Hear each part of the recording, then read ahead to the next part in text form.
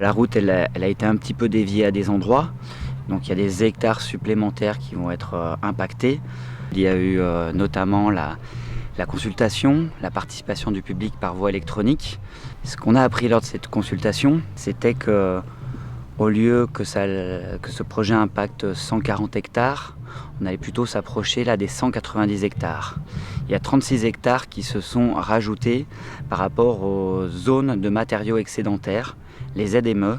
C'est 36 hectares de terres agricoles sur lesquelles les autorités ont décidé de mettre les 1,2 million de déblais qui sont aujourd'hui des déblais excédentaires. On a un rehaussement moyen quasiment des terres agricoles de 3 mètres sur ces 36 hectares. Donc, ça veut dire que sur les 36 hectares, en moyenne, sur ces 36 hectares, si on fait le calcul avec ces 1,2 million de mètres cubes, et c'est sur ces 36 hectares, le sol va être rehaussé de 3 mètres en moyenne. Alors ça ne sera pas 3 mètres de partout, ça va être 6 mètres et 1 mètre. Il faut savoir que les sites qui ont été décidés, qui ont été donc présentés lors de la PPVE, ce sont les terres les moins éloignées de la route, ce qui est plutôt intelligent, on va dire.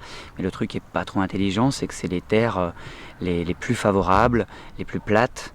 Et du coup, ça va encore une fois impacter les agriculteurs du secteur. Ce qu'on a appris aussi, c'est qu'il allait avoir encore 3 hectares supplémentaires de zones humides, donc qui se rajoutent déjà aux 20 hectares.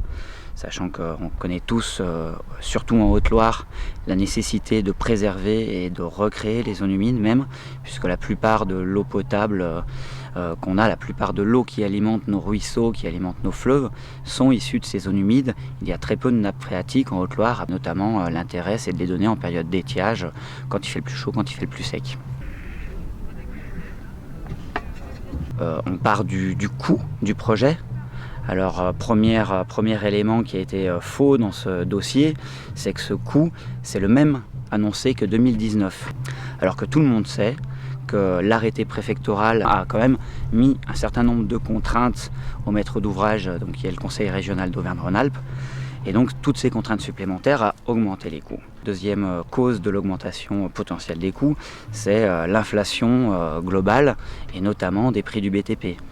Les prix du BTP ont pris depuis 2019 30 à 40% coûts supplémentaires. Troisième augmentation des coûts, c'est qu'ils ont pu finir du coup les études pédologiques et on sait qu'il y a eu des forages à 30 mètres où on se retrouvait qu'avec de l'argile, des argiles humides et donc forcément de 226 millions d'euros, c'est sûr que le minimum de minimum, on arrive à 400 millions d'euros. Et ça, c'est pas nous qui le disons. On a fait regarder le dossier par des ingénieurs des ponts et chaussées qui nous ont dit de façon globalement, sans rentrer dans les détails, 2019, 226 millions d'euros, 2023, 400 millions d'euros minimum. Vu que c'est toujours le même chiffre annoncé, forcément le nouveau budget n'est pas revoté puisqu'on garde le même. Les autres choses qui ont été présentées et qui sont fausses dans ce dossier, il y a la question de l'accidentologie. Normalement, le tronçon qui est concerné aujourd'hui, c'est le tronçon du Pertuis-Saint-Austien. Et à chaque fois qu'on a une enquête publique qui nous est présentée, c'est le tronçon d'Issingeaux-Saint-Austien qui nous est présenté, avec les chiffres antérieurs à l'aménagement, donc des chiffres excessivement importants sur le taux d'accident au niveau d'Issingeaux, mais qui sont ici, il y a aussi une partie accidentogène, ça on ne l'a jamais nié, mais qui sont des accidents moins graves, liés justement à la vitesse qui est moins importante sur ce secteur-là.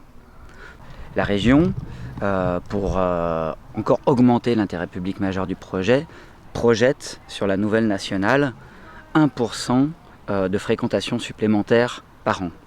On est aujourd'hui à 14 000 véhicules jour, et si on prend une augmentation de 1% par an, ça augmente le temps de minutes gagnées par personne tous les jours et tous les ans, donc ça fait grossir le chiffre.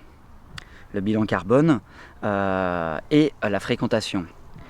Donc c'est lié, c'est qu'aujourd'hui les chiffres du bilan carbone des travaux sont très sous-estimés. Il faudra quand même bouger 3 millions de mètres cubes de terre. Il va falloir amener du béton à foison qui va venir de Haute-Loire. Il va falloir aussi faire du goudron, des grands ouvrages. Il y a 13 ouvrages d'art sur ce chantier. C'est déjà la voie rapide, la route la plus chère au kilomètre de France. C'est un bilan carbone qui va exploser là aussi, puisque les chiffres sont complètement faux dans ce qui nous a été présenté dans l'enquête. Mais surtout, ces 1% de fréquentation supplémentaire par an, ils ne sont pas pris en compte dans le bilan carbone. Donc ils justifient l'intérêt public avec ça, mais d'un autre côté, dans le bilan carbone, ils n'en prennent pas compte. Voilà. Là, c'est le résumé des principales nouvelles arguments qu'on a pu déceler grâce à l'étude d'impact. Et par rapport aux chiffres, il faut savoir qu'il y a une quinzaine de bénévoles de la lutte des SUC qui suivaient quotidiennement ce qui se passait sur le site de la préfecture, toutes les contributions qui ont été développées. Et donc il y a des bénévoles qui les récupéraient tous les jours, pour qu'à la fin on puisse nous vérifier et savoir ce qu'il en est. Donc, ce qui nous a permis du coup de faire une conférence de presse quelques jours après la clôture de cette PPVE, pour dire que grosso modo c'est les avis défavorables qui arrivaient quand même en tête, les avis défavorables pas au projet, mais à cet arrêté modificatif. Ce qu'on a décelé aussi, c'est qu'il y avait beaucoup de doublons ou de copier-coller initiés, surtout dans les avis favorables au projet, dont des élus de Haute-Loire qui se sont permis de déposer 19 contributions. Du coup, aujourd'hui, on ne sait pas exactement quels sont les chiffres que va prendre en compte le service de la préfecture. Ce qui va arriver, c'est des nuisances nouvelles, avec de plus en plus de camions qui vont déferler sur la Haute-Loire, et que même dans ces communes concernées pour lesquelles on dit qu'il faut absolument faire cette route pour libérer ces villages,